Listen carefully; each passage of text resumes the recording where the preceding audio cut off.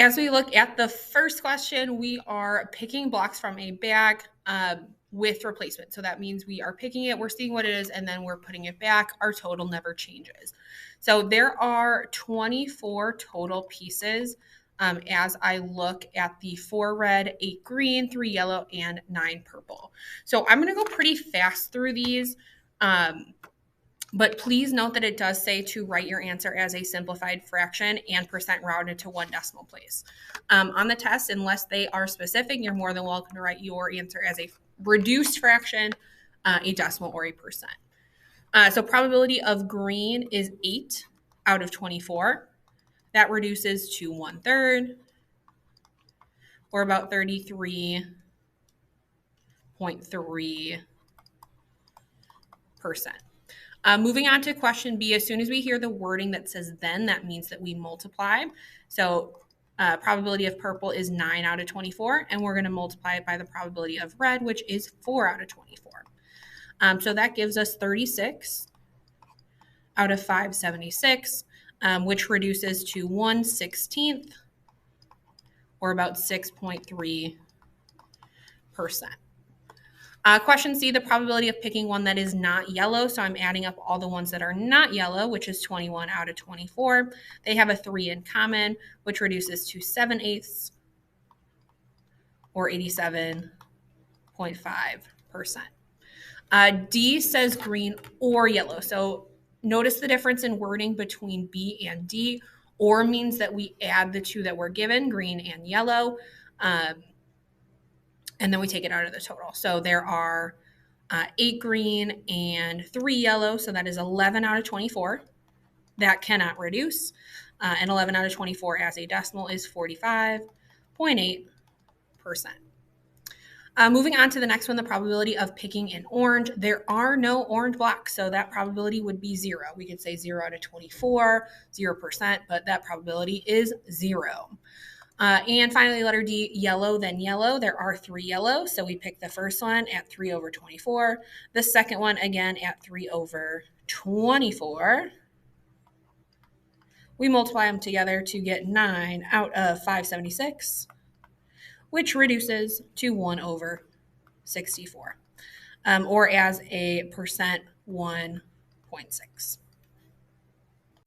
So question B is now talking about chocolates in a box.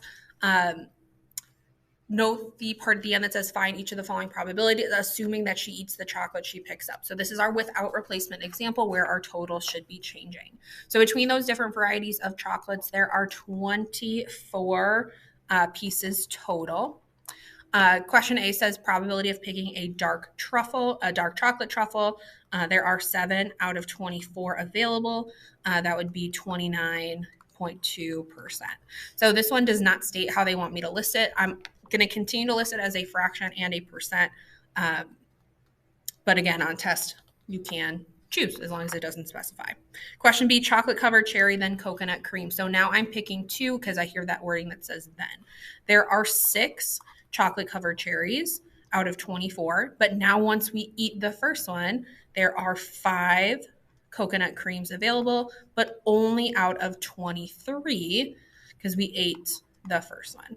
So we multiply across the top, across the bottom. That reduces to 5 over 92, or 5.4%.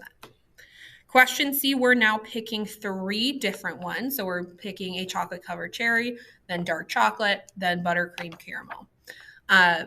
Our total is going down each time. So we're starting with chocolate covered cherry at 6 over 24. We're going to multiply it by dark chocolate truffle at 7 out of 23, because again, we ate the first one, times buttercream caramel, which is 6 out of 22. So again, I'm going to multiply across the top, which is 252 divided by 12,144. Now I'm not showing it, but I would recommend reducing as you go so that your fraction's a little bit smaller at the end. That reduces overall to 21 over 1,012, or 2.1%. And finally, question D, probability of picking a dark chocolate, then another dark chocolate. So we know that there are 7 dark chocolate truffles available out of 24. But this time, since we're picking the same one, not only does our denominator go down by 1, our numerator does as well. So that gives me 42 over 552, which reduces to 7 over 92, or 7.6%. All right, final question on this page. We are getting to our Venn diagram. So it says a group of 120 students were surveyed about the winter sports that they participate in, and the results are shown below. So question A, given that a student skis. So I need to find all the students who ski, which is this entire circle on the right side. That is 28 people. Our given will always go on the bottom. Of those 28 who also snowboard would be 16. For these, I'm just going to write them as reduced fractions unless it specifies to save myself a little bit of time. So that reduces then to 4 over 7. Question B, the wording is not super great on that question because they give us a given that's a little bit confusing. So our given is this first statement: if a student does not snowboard. So the people who do not snowboard are the people who only ski or the people who do neither. So in total, there are 68 people who do not snowboard. Okay. So when I first did this question, I thought it was going to be out of the total 120, but they actually do give me a given. We just have to think through it. So it then says, what is the probability that they ski? So the people who just ski is 12 over 68, which reduces to 3 over 17. Moving on to question C, what percent of students do not ski or snowboard? So I'm taking that 56, dividing it. I'll do it off to the side so I got room. 56 divided by our total, which is 120. There's no given statement here. Once I do that, I'm going to multiply that decimal by 100, and I get 46.7%. So this one specifies, write a percent. So make sure that we do that. And then question D, how many students only like to snowboard? That would be 36. We've got one more Venn diagram to look at. So this one, 50 students were surveyed about whether they like to play guitar or sing, and the results are below. So question A, what percent of students don't like to sing or play guitar? So again, that's our neither, divided by the total 50. I'm going to multiply that by 100, and that gives me 32%. Question B, given the student likes to play guitar. So I hear that given wording. Okay, so as soon as I hear that given, I'm looking only for the people that play guitar. Given goes on the bottom, so I know it's going to be out of 14. And then what is the probability they like to sing? That's the overlap in the middle. That reduces to 2 over 7. Question C, how many students like to play guitar? We're looking for that total. Again, that one is 14. Question D, what is the probability that a randomly selected student only likes to sing? So randomly selected means I'm going to take it from the total.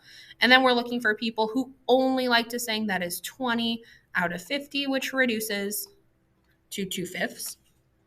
And finally, question E, what is the probability a student likes to play guitar if they like to sing? So if they like to sing, that is our given statement. In total, there are 24 students who like to sing. Within that 24, 4 also like to play guitar. That reduces to 1/6. Question number 5 starts our two-way tables. This one is talking about NFL teams in the first game of the season, whether they won or lost. So I notice right off the bat that they don't give me any totals for this table.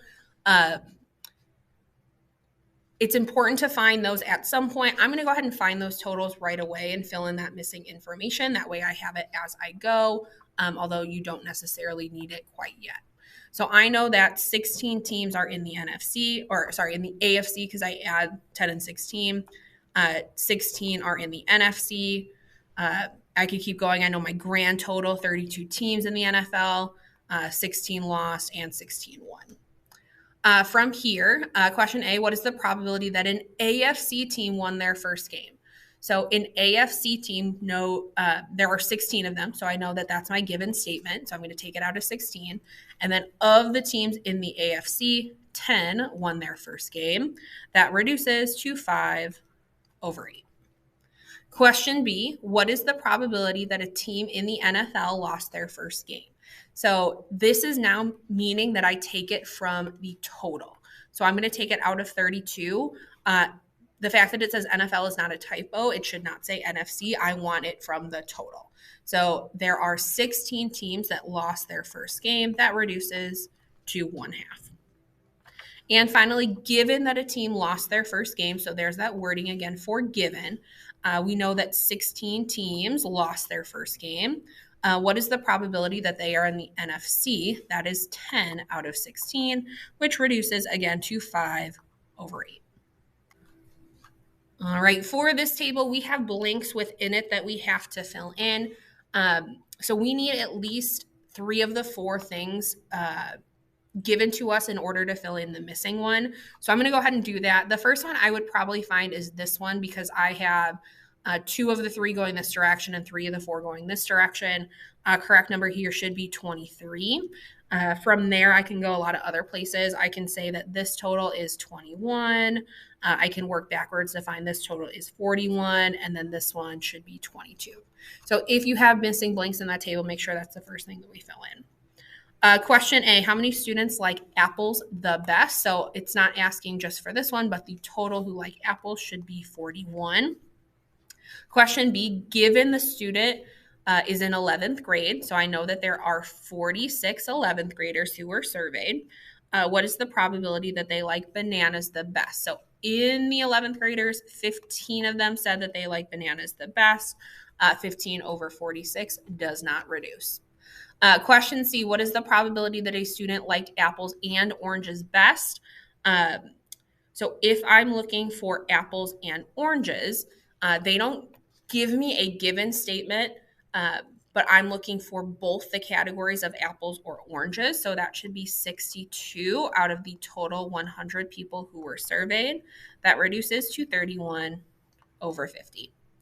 And finally, question D, what percent of students are in 10th grade if they said they like oranges the best? So there's that given, that if statement. So if they said they like oranges the best should be out of 21. So of the people who like oranges, 12 said that they were in 10th grade. That reduces then to 4/7. Question 7 is now talking about a histogram. So this histogram is talking about length of Disney films. So question A, how many films do you have in your collection? So that means we need to add the heights of each bar in our histogram.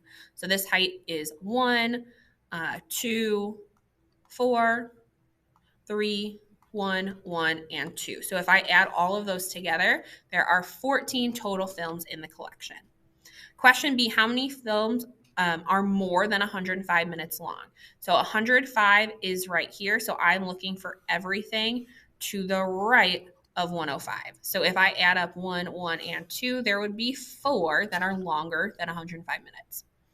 And finally, question C, what is the probability that you pick a film to watch that is at most 100 minutes long? So at most would mean find 100 and look for everything to the left of that. This one's specifically asking for a probability, so I'm going to take it out of 14, the total movies that we have. And if I add up 4, 2, and 1, I get 7. That reduces to 1/2. Questions 8 and 9 are now looking at frequency tables and asking us to find different pieces that go with them.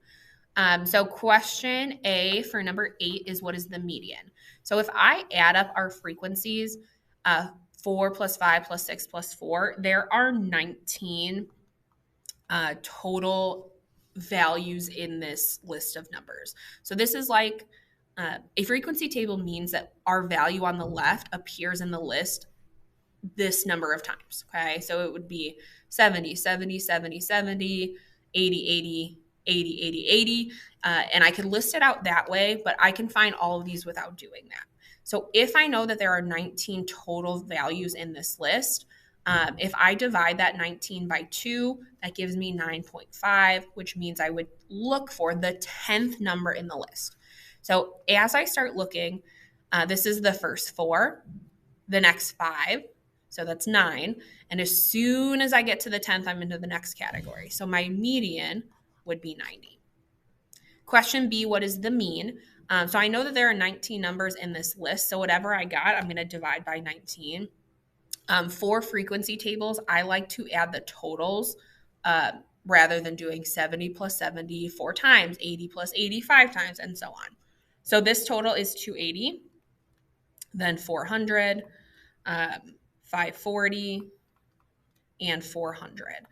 And I'm getting those by multiplying. 70 times 4 is 280, 80 times 5 is 400, and so on. So then when I add all of those values up, I get 1,620.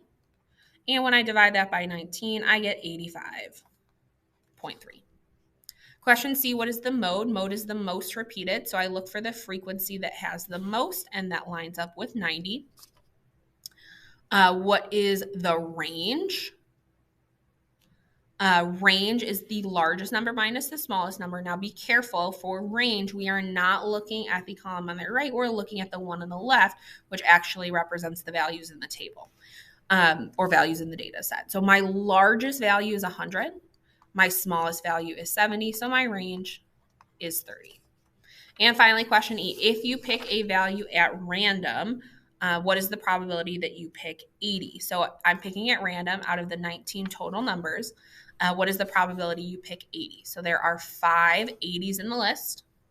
And if I divide that by 19, that cannot be reduced. Question 9 is now looking at more or less the same thing here. This one's talking about number of people in a family and then the frequencies that go with it. So if I add up all of those frequencies, there are 18 total people who were surveyed. Eventually, I'll have to find the average in question B, so we'll get to our people totals in a second. So question A, how many students said that they had 3 people in their family? That would be 6, so 3 people. 6 answered with 3. What is the average family size of the class? So I'm going to go ahead and total up each row. So 2 times 6 is 12, 3 times 6 is 18, and so on. I'm finding those products. And I know I'm going to divide that by 18. When I add up all those numbers on the right, it is 57 divided by 18, which gives us 3.2 as the average family size for the class. Question C, how many students were polled? That is 18. We already found that. Question D, find the range. So again, range means I look at the values on the left. The highest number was 6. The lowest family size was 2. So our range then is 4. Mode is the most repeated. I could have more than one mode, so that means I'm looking for whichever one had the highest frequency. There are 2 that had 6 as the frequency, so our mode is 2 and 3. Question F, how many people had at least 4 people in their family? So that means 4 and above. So I add these up, and that would be 6 people who had at least 4 people in their family. And finally, question G, find the median. So if I know that I have 18 total people who were surveyed, if I divide that by 2, I get 9. Because 18 is an even number, I need to look between the 9th and 10th values in the list. So if I start at 6, that's the first 6 values. This is the next 6, that's 12 total. So I know that the 9th and 10th have to be within that. So my median is 3. Questions 10 and 11 are now getting into our idea of box and whisker plots. Most important part to remember is that no matter how big or how small the sections are, each part is 25%. Okay. So question A, what percent of sophomores spend more than 60 minutes on homework per night? So 60 is here and we're looking for more than that. That would be 25% because that covers one section of graph. Question B, 75% of sophomores spend more than blank minutes on homework per night.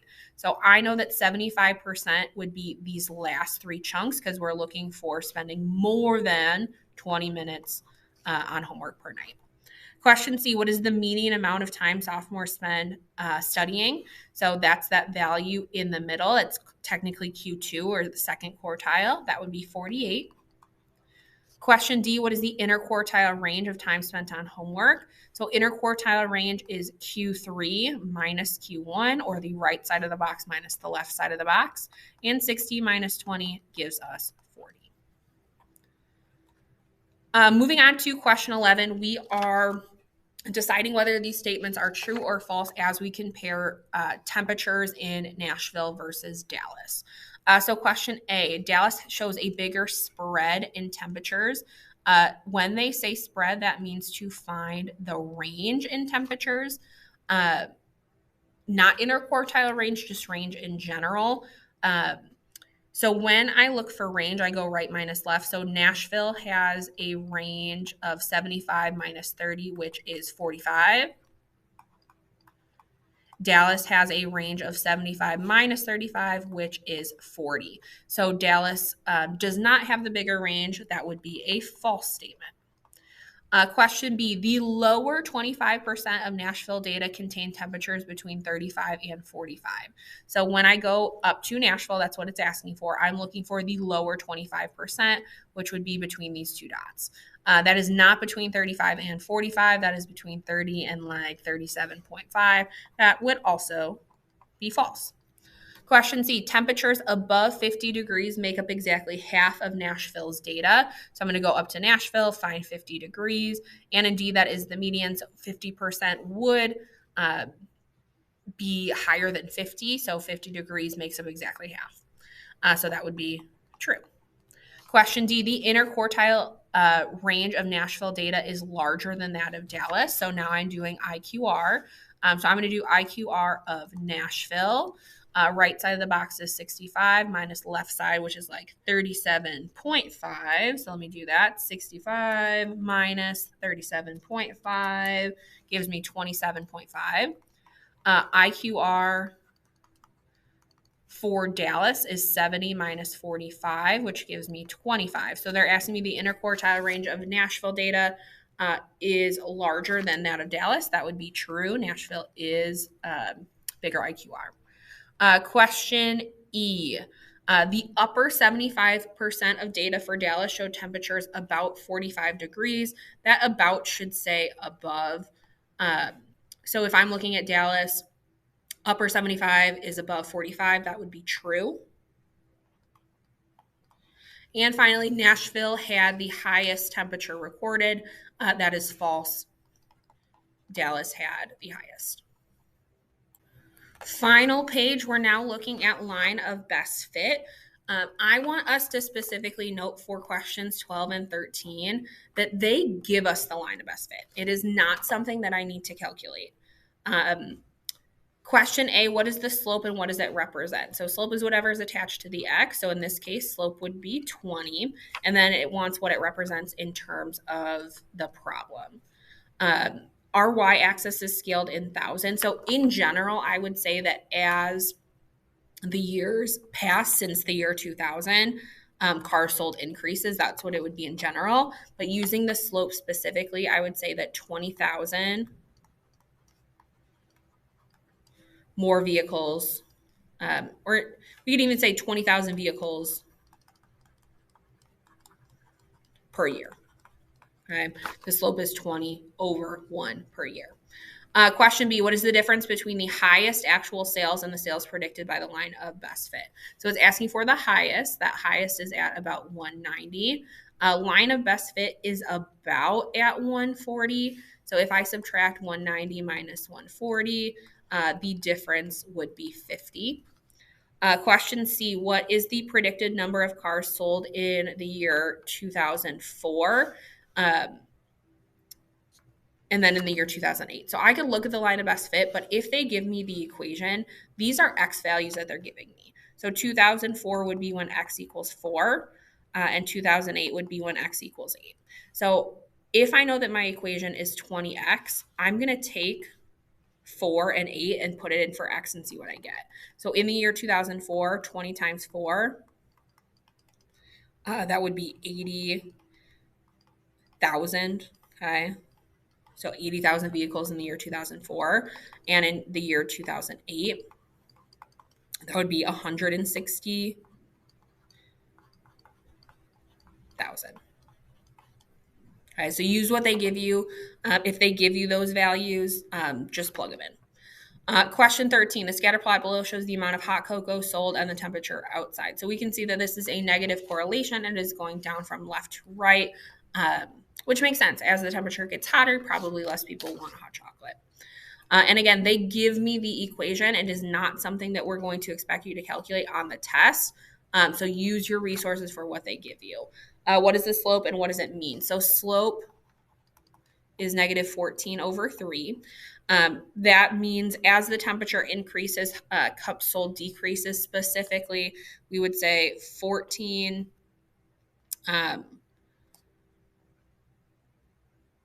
we would sell 14 fewer cups for every 3 degrees. So as the temperature goes up, what we sell goes down. Question B, what is the predicted amount of cups sold if the temperature is 70? So I'm going to take 70 and I'm going to put it into the function. So y equals 14 over 3 times 70 plus 440. I'm just going to put that directly into my calculator and get 113 cups. It would give you a decimal. Just cut that decimal point off and do 113. All right, question C. What was the actual amount of cups sold when the temperature was 70? So actual means look for the dot. So if the temperature was 70, it looks like we sold about 75 cups.